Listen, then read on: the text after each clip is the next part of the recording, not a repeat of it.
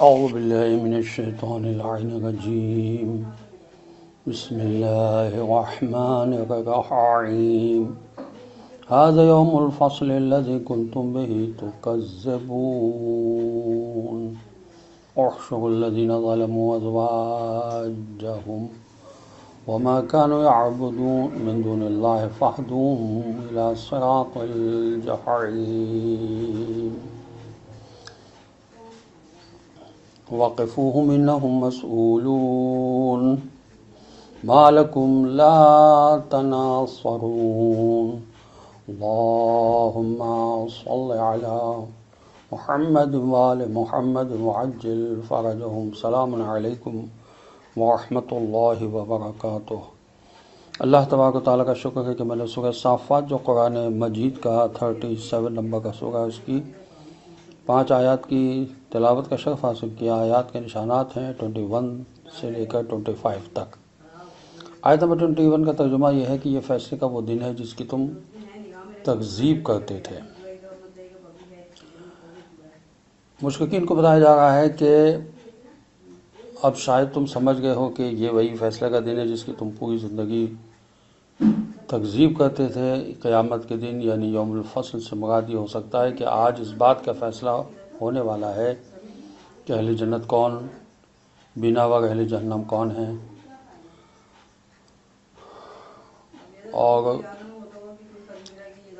اہل جہنم کون ہیں۔ دوسری معنی یہ بھی ہو سکتا ہے کہ آج مومن کو منکر اور مجرم کو متقی سے جدا کرنے والا دن ہے۔ منکرین قیامت کے دن ذلت و خواری کے ساتھ مشہور ہوں گے اور قیامت برپا کرنے کے لیے ایک زوردار جھڑکی ہی کافی ہوگی۔ آیت نمبر 22 کا ترجمہ یہ ہے کہ گھیر لاؤ ظلم کا ارتکاب کرنے والوں کو اور ان کے ہم جنسوں کو اور انہیں جن کی یہ پوجا کیا کرتے تھے۔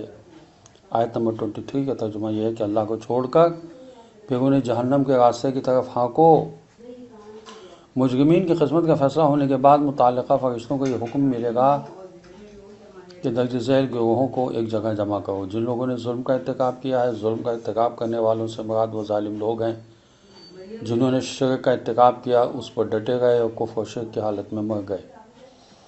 ارشاد ہوا وازواجہم، اور ان ظالموں کے ہم جنس لوگوں کو بھی جمع کرو۔ ہم جنس سے مراد وہ شیاطین ہو سکتے ہیں جنہوں نے ان مشرکین کو گمراہ کیا۔ ارشاد ہوا کہ وما کانوا یعبدون من دون اللہ، ان کے معبودوں کو بھی ان کے ساتھ جمع کرو، ان کے بتوں، فرائنہ و نمرودوں اور وہ جن کی اطاعت کر کے یہ لوگ جمع ہوئے ہیں کو ایک جگہ جمع کرو۔ ان معبودوں میں ملائکہ اور حضرت عیسیٰ علیہ السلام شامل نہیں ہیں چونکہ ان ہستیوں نے اپنی عبادت کی دعوت نہیں دی۔ ارشاد ہو رہا ہے کہ فَاهْدُوهُمْ إِلَىٰ صِرَاطِ الْجَحِيمِ، حکم ہوگا کہ ان سب کی آتش جہنم کی طرف ہدایت کرو، جہنم کی طرف ہدایت کرو۔ ایک تحقیقی جملہ ہے جس طرح فَبَشِّرْهُم بِعَذَابٍ أَلِيمٍ، انہیں دردناک عذاب کی خوشخبری سنا دیں، کہنے میں تحقیر و تذلیل ہے۔ آیت نمبر 24 کا ترجمہ یہ ہے کہ انہیں روکو، ان سے پوچھا جائے گا، یعنی انہیں جہنم کی طرف لے جاتے ہوئے رکنے کا حکم ہوگا کہ ان سے سوال ہوگا۔ مضمون میں سوال کیا ہوگا؟ بعض کے نزدیک مضمون یہ ہوگا الم یاتکم رسول منکم یتلون علیکم آیات ربکم۔ سورہ زمر قرآن مجید کا 39 نمبر کا سورہ، اس کی آیت نمبر 71 میں ارشاد ہوتا ہے کیا تمہارے پاس تم میں سے پیغمبر نہیں آئے تھے جو تمہارے رب کی آیات تمہیں سناتے؟ بعض دیگر مفسرین لکھتے ہیں ان کے اعمال و عقائد کے بارے میں سوال ہوگا۔ اس جگہ اسباب تطبیق متعدد روایات موجود ہیں کہ اس مرحلے میں ولایت علی علیہ السلام کے بارے میں سوال ہوگا۔ ہم ذیل میں ان روایات کے ساتھ شیعہ سنی مصادر کا ذکر کرتے ہیں۔ ابو ہارون العبدی نے ابو سعید خدری سے روایت کی ہے وقفوہم انہم مسئولون، امامت علی ابن ابی طالب علیہ السلام کے بارے میں پوچھا جائے گا۔ اس روایت کو دوسرے طریق سے قیس نے ابو ہارون سے، انہوں نے ابو سعید خدری سے روایت کیا۔ اس میں کہا ہے عن ولایت علی ابن ابی طالب علیہ السلام۔ یہ شواہد التنزیل میں بھی لکھا ہے اور تاریخ بغداد میں بھی۔ اس روایت کو حافظ ابن مردوی نے چند ایک طرق سے حضرت ابن عباس سے روایت کیا ہے۔ یہ کشف الغمہ میں لکھا ہے، اور حاکم حسکانی نے سعید بن جبیر کی روایت ابن عباس سے نقل کی ہے کہ اللہ صلی اللہ علیہ وسلم نے فرمایا جب قیامت کے دن ہوگا مجھے اور علی علیہ السلام کو پل صراط پر بٹھا دیا جائے گا، پھر جو شخص بھی گزرے گا اس سے ہماری ولایت کے بارے میں پوچھا جائے گا۔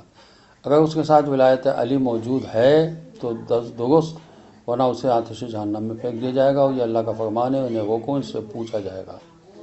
ایک اور روایت میں مغیرہ سے، انہوں نے شعبی سے، انہوں نے حضرت ابن عباس سے یہی مضمون روایت کیا ہے۔ دیگر روایات میں رسول اللہ صلی اللہ علیہ وسلم نے فرمایا، قیامت کے دن انسان کا کوئی قدم آگے نہیں بڑھے گا جب تک 4 چیزوں کے بارے میں سوال نہ ہو۔ اس کی عمر کے بارے میں کہ کن چیزوں میں گزاری، اس کی جوانی کے بارے میں کہ اسے کس چیز میں ختم کیا، اس کے مال کے بارے میں کہ اسے کہاں سے کمایا اور کہاں خرچ کیا، اور ہم اہل بیت علیہ الصلوۃ والسلام کی محبت کے بارے میں۔ اہل سنت کے مصادر میں بھی یہ روایت موجود ہے، مگر ان حبنا اہل البیت کی جگہ ان عملہ ماذا عمل بہی ہے۔ آلوسی روح المعانی میں اس روایت کے ذکر کے بعد لکھتے ہیں، ان اقوال میں بہتر قول یہ ہے کہ سوال عقائد و اعمال سے ہوگا، ان میں سب سے عام لا الہ الا اللہ ہے، اور ان میں سب سے جلیل القدر ولایت علی علیہ السلام ہے۔ انہوں نے اس کو کرم اللہ وجہہ لکھا ہے، اور اسی طرح ان کے برادران خلفاء راشدین کی ولایت ہے۔ ولایت علی علیہ السلام سے سوال تو حدیث کے مطابق ہے، مگر دیگر خلفاء کی ولایت مؤلف کی اپنی ذاتی خواہش کے مطابق ہے۔ قیامت کے دن حضرت علی علیہ السلام اور اہل بیت علیہ الصلوۃ والسلام کی ولایت کے بارے میں سوال ہوگا، یہ بات حتمی ہے۔ اب آیت نمبر 25 کا ترجمہ یہ ہے، تمہیں کیا ہوا ہے کہ تم ایک دوسرے کی مدد نہیں کرتے؟ قیامت کے دن کی بات ہو رہی ہے، جب ان جہنمیوں کو جہنم کی طرف لے جایا جائے گا تو کوئی کسی کی مدد کو نہیں پہنچ رہا ہوگا۔ دنیا میں دوستوں، سرداروں، پیروں پر کوئی غضب آنے کا خدشہ ہوتا تھا تو تم لوگ اپنی جان نچھاور کرتے تھے اور مومنین کے خلاف ملت واحدہ بن کر ایک دوسرے کی مدد کرتے تھے۔ آج ایک دوسرے کی مدد کے لیے آگے کیوں نہیں آتے؟ خدا ہمیں قرآن کو سمجھنے اور اس پر عمل کرنے کی توفیق عطا فرمائے۔ السلام علیکم ورحمۃ اللہ وبرکاتہ۔